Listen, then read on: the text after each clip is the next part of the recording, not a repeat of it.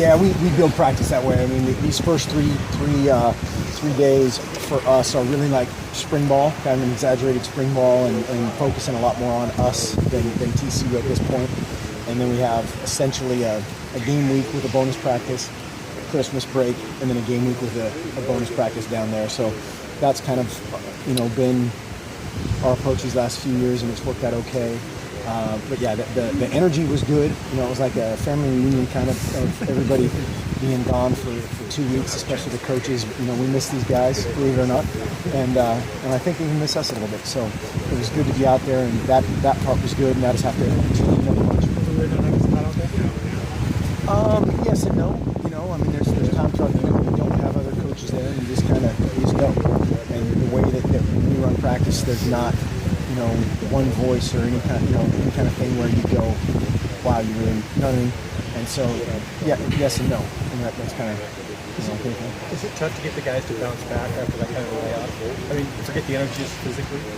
Well, again, that's where you just have to kind of, hopefully be smart about it. And that's when we take advice from the sports science people and Brad and all the other people of kind of ramping up these first 3 days, and then really having a physical, hard segment of a true game week, shutting it down and ramping it up again. Mark, what was your initial reaction just seeing the TCU versus Oregon Alamo Bowl draw? They're really good. Everybody was all excited about it, and naturally, and I think I told somebody else earlier, if I was sitting in a bar watching the game, I'd be really excited about it. Going against them is just a huge challenge, and they're really good. Most of their guys are already healthy as far as guys that missed time in these last couple of games, nicks and dings, and so that's good for them. Gary Patterson was saying it has kind of a playoff feel to it. Do you feel that in terms of like the hype around the matchup and the quality of the matchup? Sure. I mean, certainly when you watch the film, they look like a playoff team. Absolutely, with before Boykin got hurt, they were undefeated and playing lights out. We have whatever the scores were, 70-7 and 50-something to 6 and 50-something to 7. Those are ugly scores if you're on our side of it. And again, when you flip on the film, their skill guys are really good. It's not just Boykin, it's not just Dodson, it's a bunch of other guys too. You said yesterday that you and Lubick will kind of trade off calling the calls for the Alamo Bowl. Do you take that as kind of a pre-interview? Like if he does well there, he could take over as the permanent offensive coordinator? You could look at it that way. I think what I said is we'll go through this and decide who's going to call it, and I have total confidence in him, in our offense, and you could think of it that way. Sure. Is he the runner for the job? How far along the process are you? I wouldn't put any kind of a label on it right now. Yeah, it's humbling, the response that this place gets in terms of the quality of the individual, the quality of the background of the individual that have kind of expressed interest, and so that that's just the nature of this business. There's a lot of very good people that want to be a part of it. You're not opposed to going outside the program then to bring in No. This is a random nuts and bolts question, but when a coach leaves, like Scott did, can he come clean out his office right now? I mean, is he banned from the facility? A high security Does situation. Dave have to go put everything in a box yellow, for him? I don't know what the levels are. It's funny you should say that. We were joking about that earlier. There's about I don't know how many boxes in his office right now, and they're sitting in there, and so I'm trying to show it. Set it up. Something along the pictures of that. You're joking. But it just depends. He obviously hasn't had time to get back here and do any of that, and I'm sure we'll throw something in the boxes and make it funny. How was your meeting with Dakota Prukop yesterday? Can you talk about that at all? I can't talk about recruiting at all. But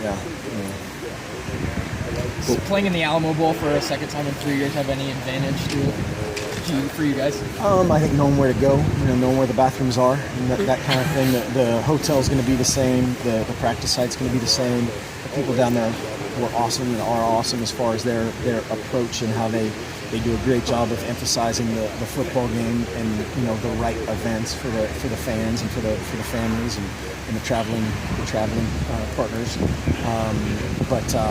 They've been great, and hopefully there's some familiarity.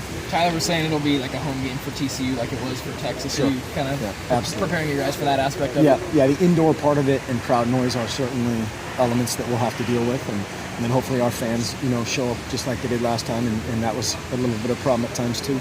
Tyler Johnstone was also saying a moment ago that he lobbied a lot with Scott Frost to get his catches, and he was a little upset that he wasn't playing more receiver this year. Any plans to use him? His ability to make a guy miss, I think, was on display, or lack thereof, and so I think he just answered your own question. Yeah. There's a lot of similarities between the paths that TCU and you guys have taken this year, specifically with the quarterbacks. What does a healthy Trevon Boykin mean for the Horned Frogs? They're scary. I mean, he's really good, but then that's the thing. It's not just two guys. They've got multiple really talented receivers. They've got multiple backs. Their offensive line, they do a great job. They're kind of for teams in our league, they're kind of like a Washington State passing game combined with maybe like a Utah run game kind of aspect, and so their personnel groups and some of the things they do are similar, but then the guys who are doing it are very, very good. Same thing. It's not really somebody that's exactly like them. They're multiple, both front and coverage. They play really hard. They're a little bit younger on defense than they are on offense, but they're very, very well coached, obviously, with his background. And they played really hard. Would you like to have the hire for any position before signing day, or is that something that could play out after? It's something that could play out, and that it's all about getting the best right. guy. And sometimes that happens really quickly. Sometimes it happens later, and there's no rush at all. Have you ever started doing interviews for that? For those seats? Yeah, I mean, de facto interviews, phone conversations, and talking to good friends that know people that know that guy, or that kind of thing, and so it's kind of an ongoing deal. On LinkedIn, looking at different profiles. Exactly. You said We need to get on LinkedIn. it was kind of the game So was overrated. collaborative. How you guys attack that? Is it collaborative in terms of calling plays? Like how much did you call plays this year versus Scott? How is that different from the previous 2 years, if at all? Yeah, it's not really different from probably here in the last 15 years. You call the game, quote unquote, on Tuesday and Wednesday, and you start prioritizing a little bit, obviously more in detail on Thursday, and it's done usually early Friday or Thursday night, where it's your red zone, whatever, your red zone first and tens, your field zone third and shorts, all those things are just we have it in a system in a way where you could show up on game day and look at the scoreboard and call a play, literally. And so it's you want to be kind of in attack mode and be able to fall back on tendencies and all that stuff only so much, and especially in a bowl game, the tendencies are kind of out the window. But on game day itself, like how would be making sure that play gets the majority of it, absolutely. Yeah. But then again, there's everybody else is putting that list together collaboratively, making it again. Field zone, second and long, play 1, 2, 3, 4 is decided. Sure. I think someone said earlier, talked about Matt, kind of what he liked about him. Passing game coordinator, what does that really imply? What does that role mean in terms of that give a guy who's never been seen before, has an insight into what it would take? Yeah, in our terminology, that title means different things at different places. Sometimes that's just a title.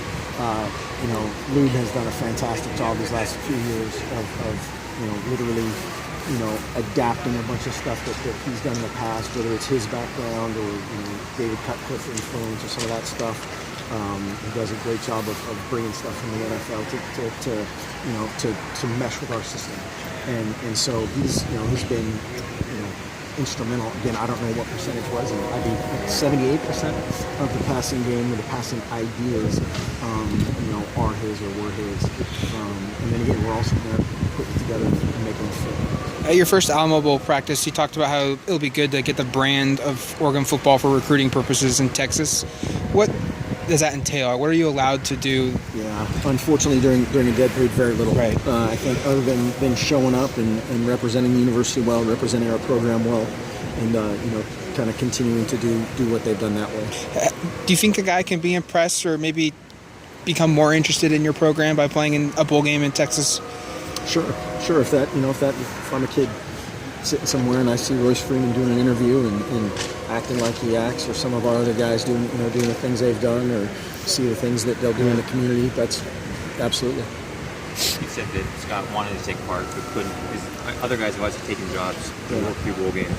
Is that something where you made that call, or is that UCF is that department, or I guess who made the call? Said it's just not going to work. Yeah, we just talked. We just talked about it, and it's that would be a good study of how many guys just go and how many guys try to do both. It's hard. It is very hard, and especially of you're starting from scratch in terms of a staff. You're getting to know players. You get not only your current roster, but the recruits involved, and so that's a tough deal. And to go back and forth and do justice to both. We just kind of decided it was really hard, and that was tough. Absolutely. Mark, Good. how far in advance did you know that they wanted to talk to Scott about that job? Did you know well in advance? I don't remember exactly how many days or whatever, but he's had opportunities as have other guys this year and last year, and so that's a good byproduct. It's kind of a bittersweet byproduct of our players doing a lot of great things.